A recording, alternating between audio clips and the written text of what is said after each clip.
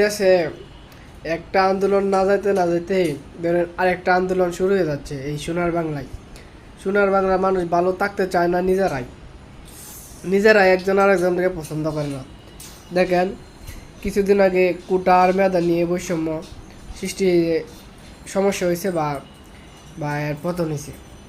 এটা বাদ দিলেন, এটা বাদ দেন। এখন কথা হলো ধরেন যে এখন হচ্ছে পাহাড়ি বিয়াস বাঙালিরা পড়ছে পাহাড়ির ঘরবাড়ি আর পাহাড়িরা পড়তেছে বাঙালির ঘরবাড়ি, কথিত কিন্তু সমান সমান হচ্ছে।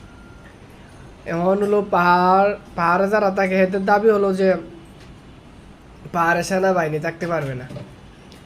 তারা এটা ভাবতেছে না যে সেনাবাহিনীর জন্যই তারা কিন্তু সুন্দর মতো ঘুমাতে পারে।